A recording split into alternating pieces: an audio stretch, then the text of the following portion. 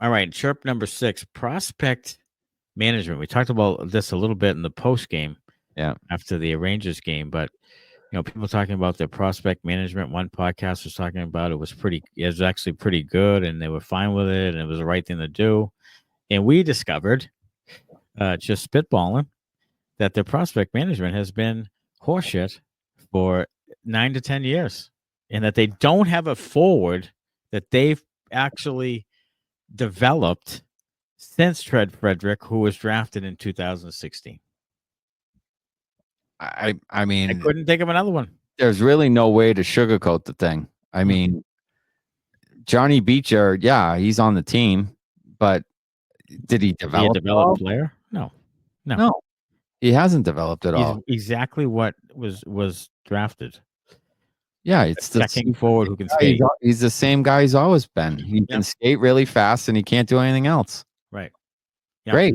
Win faceoffs and skate fast, straight ahead. Yeah, that's that doesn't move the needle at all in any direction. No, they did not. And the rest of their prospect. I mean, you don't know whether the Lysells and Merkulovs and Patras really are any good. So I don't know how you can say that the development is going well. Like, have those guys gotten any better? Why haven't you given them a chance to play then? If you developed them so well, why haven't those guys gotten a shot to play in the NHL level? And I'm not talking about a cup of coffee when they play fucking 4 minutes. Sorry, John. That doesn't count. That doesn't count when you bring a guy up for one game and then you send him right back down the next day. Why are they calling up the Jeffrey Veals and the Connor Browns of the world, or the Mark McLaughlins of the world, who's been in the minors now for 4 or 5 years? Why are those guys getting called up? Why is Joey Abate playing last year? Like, what are we doing? You're developing guys? Who? Yeah. Joey Abate played a ton of preseason minutes for the Bruins. Yeah, for some reason. Yeah. Who have you developed? No one. No one. Like, no one. There's not a single guy. Tenure as a general manager. Who have you developed as a forward? You look at the forward group all the way through. Marchand and Pastrnak are before him. So take them away. It's Lindholm and Coyle and Zacha and Georgii, and all these guys are from other organizations. Yeah, all those guys are. Brazo. Does he count? Brazo's the only guy. He was an undrafted free agent who you just sort of plucked off the heap. Nobody wanted. He started in another organization too. He wasn't in your organization. Yeah, he started in another organization. He wasn't drafted by you. No. Or signed by you originally. He was an undrafted free agent. Mm-hmm. So you had in the forward group, you have Lowry, who was quick to the big leagues, and McAvoy, who went straight to the NHL. Yeah. And Carlo did too. So even the defenseman, who have you developed to become a good player? Like a good player, not just a guy who you can replace tomorrow, like Beecher, like a good player, like a player.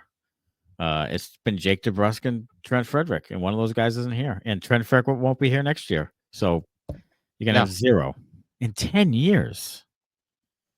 Like, and I know you were good and all that stuff, but you should be able to develop a prospect to throw in the mix there. You wonder why the rankings have always had the Bruins at the bottom. Right. I mean, you wonder why. That's why. You have no forwards.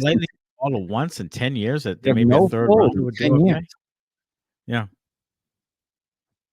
I mean, that's why you laugh. Swayman might be the only guy. Goaltender. But he's a goaltender.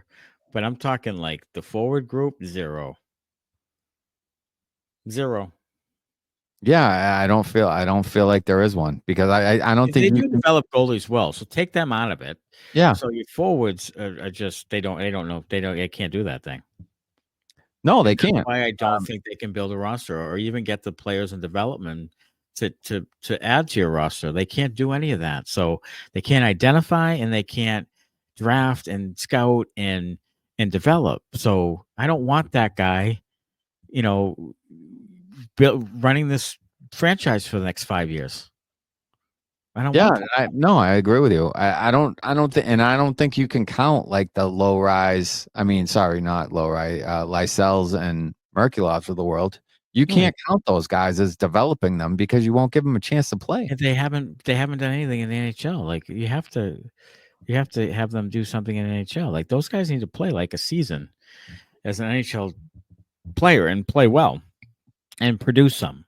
You know. Yeah, I mean, are you going to say like you count like Zach Senyshyn because he played a handful of games at the NHL level? Like, does that count as player development? Well, now he's playing in fucking Iceland. So yeah, I don't even know where he's playing.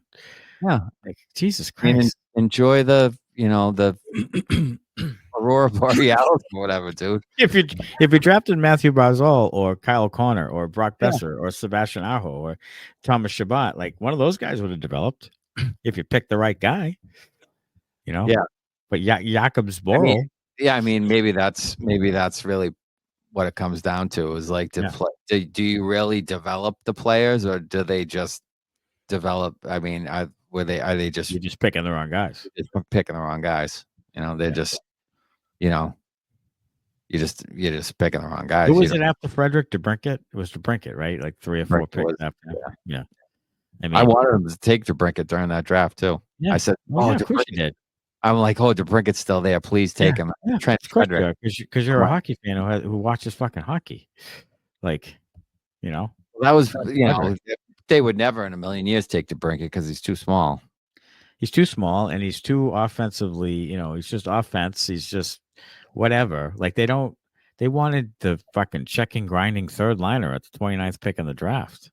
Yeah. Right? I mean, it was the same thing with Cole Caulfield too. When he was starting to slip in the draft, I'm like, let him be there when the Bruins pick. Well, here's the thing. One of the best players you've had ever, one of the top 10 Bruins ever is Brad Marchand, who's like 5'7". Yeah. Like that doesn't mean doesn't mean dick. Nope. Doesn't mean anything. I'd take Cole Caulfield for just about there's like 18 guys on the roster I'd trade him for 1-for-1 right now. Yeah. If you offered me a team of Brad Marchands, an entire team of Brad Marchand, right, I would take my chances. We'd win some hockey games. I think we would.